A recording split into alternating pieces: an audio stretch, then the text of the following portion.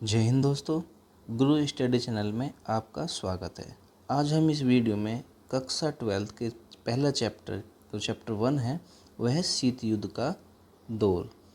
इसका एक टॉपिक है शीत युद्ध के दायरे, और इसके अंदर जो शीत युद्ध के दायरे के अंदर टॉपिक बनेंगे वो बर्लिन संकट, कोरिया युद्ध, सैनिक संधियाँ, हिंद चीन, हंगरी में सोवियत संघ का हस्तक्षेप, मिसाइल, क्यूबा मिसाइल संकट। इन टॉपिकों पर विस्तार से हम चर्चा करेंगे।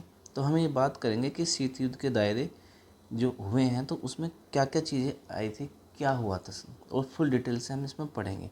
और ये वीडियो एग्ज़ाम के पॉइंट ऑफ व्यू से बहुत ही महत्वपूर्ण है। चलिए शुरू करते हैं। शीत युद्ध के दायरे। देखिए, शीत युद्ध के दायरे से हमारा तात्पर्य उन क्षेत्रों से होता है जहाँ ऐसे अवसर आए जब विरोधी खेमों में बटे देशों अमेरिका एवं सोवियत संघ के बीच संकट एवं युद्ध हुआ या इसके होने की संभावना बनी, लेकिन बातें एक हद से ज़्यादा नहीं बढ़ी, वे युद्ध को टाल दिया गया। यानी कि शीत युद्ध के जो दायरे हुए उसमें दो महाशक्तियाँ आ रही थी, कौन सी? अमेरिका और सोवियत संघ। इनके बीच में युद्ध तो हो नहीं रहा था, युद्ध के आसार बने हुए थे, है ना, कि भी संकट में युद्ध हुआ और इससे होने की संभावना भी बनी, लेकिन बातें एक हद से ज़्यादा नहीं बढ़ पाई और युद्ध को टाल दिया गया। कोरिया 1950-53 में, बर्लिन 1958 से 1962, कांगो 1960 के दशक एवं क्यूबा संकट आदि कई स्थानों पर दोनों महाशक्तियाँ संघर्ष की स्थिति में थी, कि ऐसा लग रहा था कि इन स्थानों पर कि यहाँ पर अब युद्ध हो, लेकिन युद्ध नहीं हो पाया था। और व्यापक जनहानि भी हुई, लेकिन विश्व परमाणु युद्ध से बचा रहा और वैमनस्य विश्वव्यापी नहीं हो पाया और पूरा विश्व मानव रहित नहीं हो पाया। शीत युद्ध के प्रारंभिक दौर 1945 से 1958 में अमेरिका एवं सोवियत संघ गुटों के बीच एटमी शक्ति यानी कि एटम बम थे, उनका परीक्षण चलता रहा था। परीक्षण करने के बाद उन पर नियंत्रण भी काबू हो रहा था, और लेकिन दोनों महाशक्ति क्या कर रही थी? अपनी शक्तियों का विस्तार करती जा रही थी। नियंत्रण एवं नियमीकरण, निशस्त्रीकरण, जर्मनी, बर्लिन एवं यूरोप की सुरक्षा संबंधी समस्याओं के अतिरिक्त पराजित राष्ट्रों के साथ संधि, एशिया अफ्रीका के अल्प विकसित राष्ट्रों के भविष्य आदि विषयों पर तीव्र कूटनीतिक संघर्ष चला।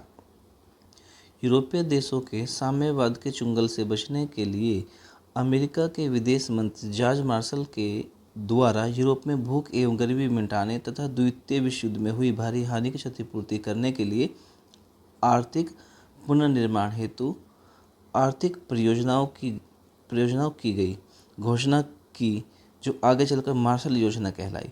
यानी कि जो यूरोपीय देशों में साम्यवाद के चुंगल से बचाने के लिए जो अमेरिका का जो विदेश मंत्री था उसका नाम था जॉर्ज मार्शल। उसने क्या कहा कि भाई हम यूरोप से ना भूख और गरीबी को मिटाएंगे, और जो भी विश्व युद्ध में भारी क्षति हुई है, नुकसान हुआ है, उसका जो हम भरपाई करने की योजना बनाएंगे। और इसी योजना को कहा गया था मार्शल योजना कहा गया। क्यों? क्योंकि वो अमेरिका के विदेश मंत्री ने बनाई थी, तो उन्हीं के नाम से इसका जाना गया था। सोवियत रूस में इस योजना का विरोध किया गया। किसमें? सोवियत रूस में।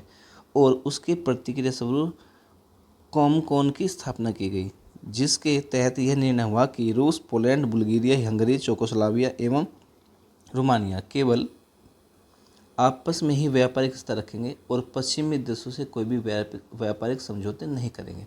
इनको मना कर दिया गया कि जी पश्चिमी देशों के साथ आप लोग व्यापार ही नहीं करोगे, ठीक है, और आपस में ही व्यापार करोगे।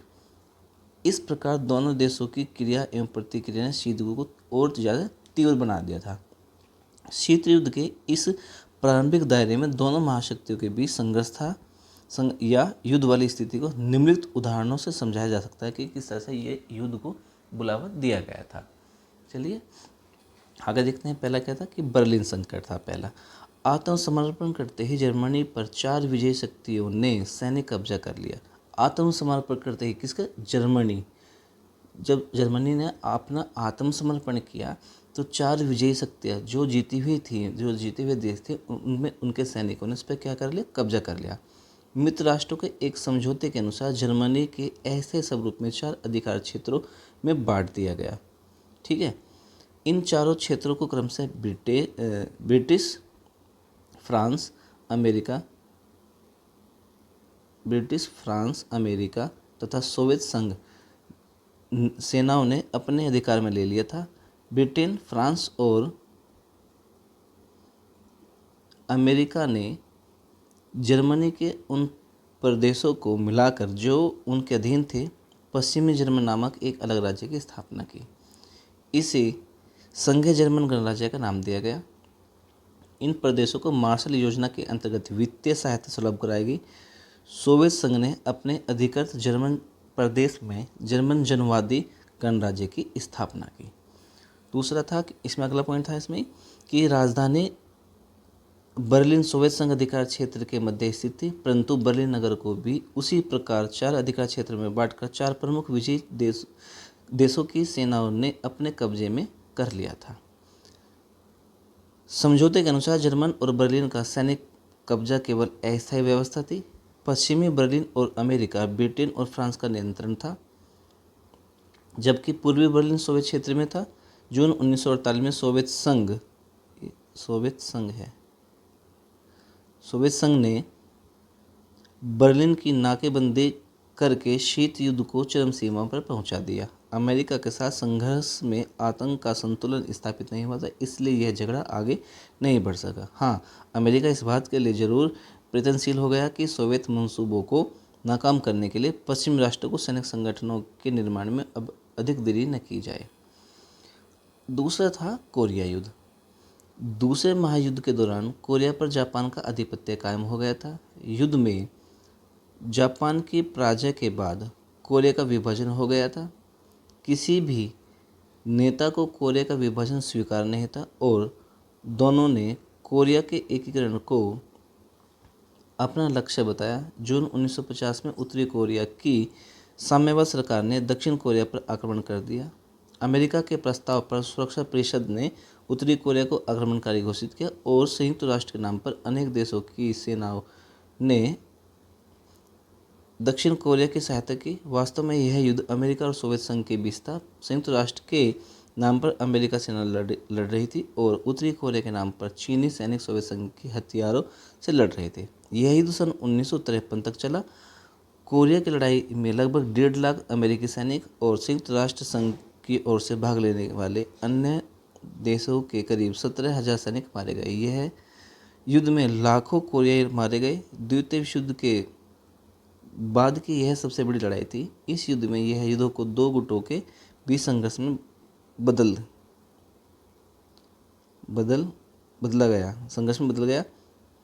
जुलाई 1953 में युद्ध विराम पर हस्तक्षेप हो जाने के बाद युद्ध तो समाप्त हो गया, परंतु शीत युद्ध जारी रहा।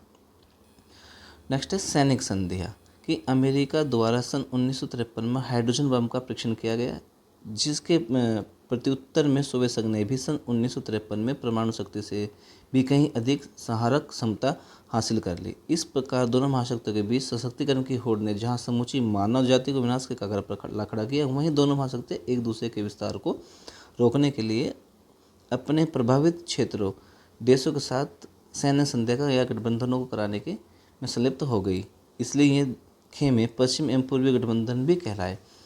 पश्चिमी गठबंधनों ने स्वयं को एक संगठन का रूप दिया। 4 अप्रैल 1949 को उत्तर अटलांटिक संधि संगठन यानी कि NATO, North Atlantic Treaty Organization की स्थापना हुई।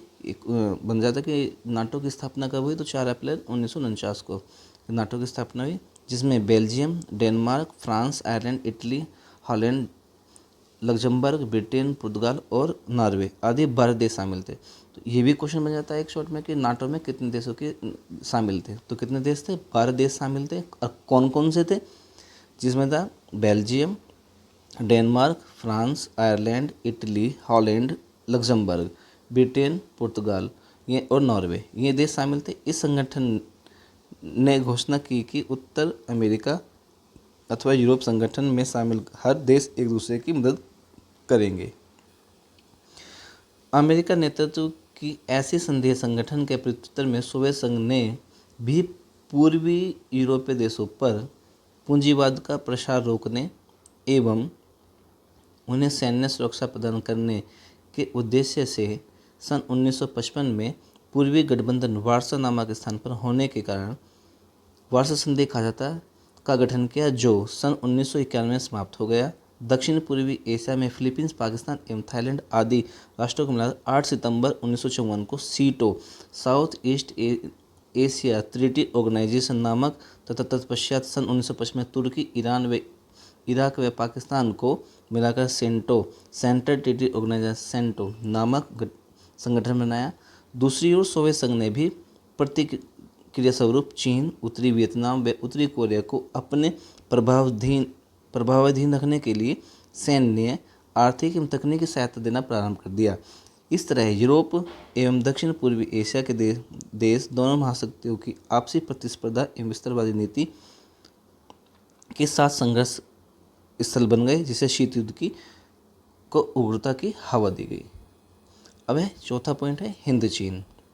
दोनों महाशक्तियों के बीच हिंद चीन क्षेत्र को लेकर भी उग्रता का दौर शुरू हो गया था। हिंद चीन में कंबोडिया, लाओस और वियतनाम के लोग फ्रांसीसी आधिपत्य के खिलाफ संघर्ष कर रहे थे। इस संघर्ष में सोवियत संघ उनके साथ था, जबकि अमेरिका ने फ्रांस का पक्ष लिया। वियतनाम में 2 सितंबर 1954 को हो ची मी ने जनवादी गणराज्य की स्थापना की थी। सन 1954 में जेनेवा समझौते के अनुसार वियतनाम पर फ्रांसीसी आधिपत्य समाप्त हो गया था। वियतनाम को 2 हिस्सों उत्तरी वियतनाम एवं दक्षिणी वियतनाम में बांट दिया गया। इस संघर्ष में अमेरिका को काफ़ी हानि हुई, अतः दोनों महाशक्तियों में शीत युद्ध की उग्रता बढ़ती गई। आशा करता हूँ कि आपको ये वीडियो पसंद आई होगी।